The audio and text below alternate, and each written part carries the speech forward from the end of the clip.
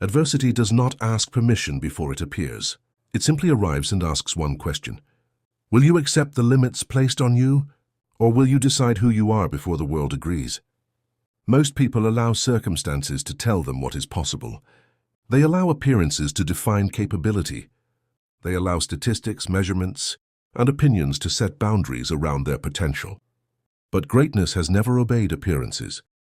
It has always obeyed belief. Spud Webb was never supposed to be here, at least not according to logic, not according to measurements, not according to expectations. One of the smallest players to ever step onto an NBA court, he entered a world designed for giants. Longer arms, bigger frames, higher reach, and from the outside it looked impossible. But impossibility is only real when the mind accepts it. Spud Webb understood something early that most people never learn. The body follows the mind always.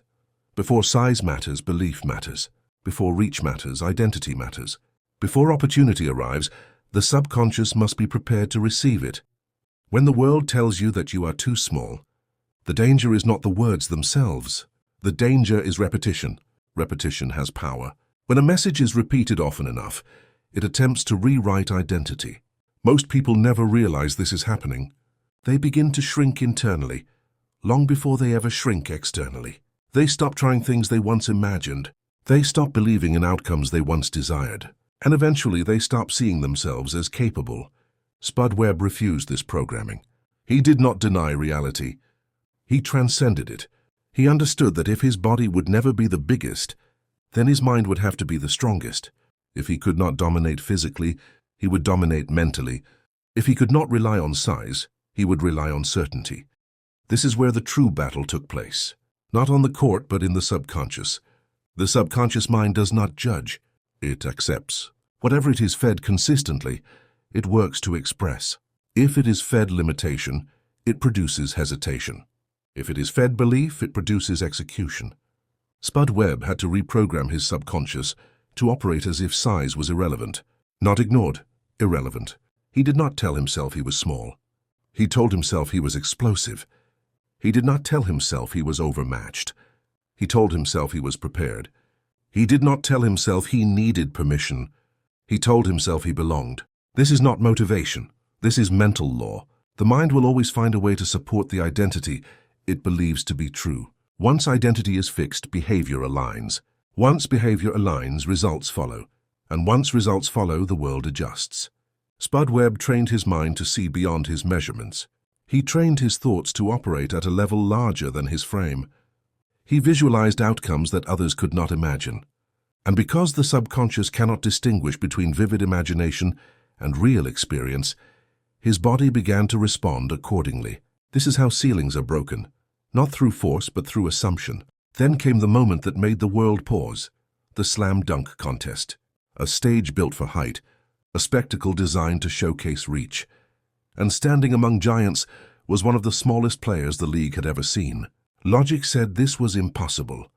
History said this was unlikely. But belief said otherwise. When Spud Webb took the floor, he did not see taller opponents. He saw challenges already conquered in the mind. He had rehearsed this moment long before it arrived. Not emotionally, mentally. He had already accepted the outcome internally. And when the mind accepts an outcome, the body executes without hesitation. He did not jump to prove people wrong. He jumped because his mind already knew what was possible. Winning the slam dunk contest was not an accident. It was a manifestation, a public expression of private belief. The world saw surprise, he saw confirmation. But this moment was not the peak. It was the signal. Years in the league followed. Longevity, consistency, contribution, proof that belief sustains where talent alone fades. Because adversity does not end when one obstacle is cleared. It simply evolves, and only those who have mastered their mind can adapt. Spud Webb never played small. Not because he ignored reality, but because he mastered it. He understood that playing bigger is not about size. It is about presence. It is about confidence without arrogance. It is about certainty without noise. This is the mental edge. The smallest players cannot afford doubt.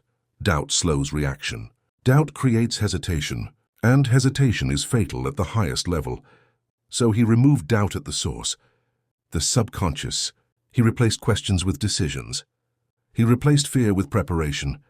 He replaced limitation with discipline. This is what most people miss. Mental toughness is not aggression. It is clarity. Clarity about who you are. Clarity about what you believe. Clarity about what you will not accept. When clarity is present, adversity loses control. Most people wait for confidence to arrive after success. But confidence must exist before success can appear. The mind must assume the role before the body can perform it. Spud Webb did not wait to feel big. He decided to think big, and the body followed.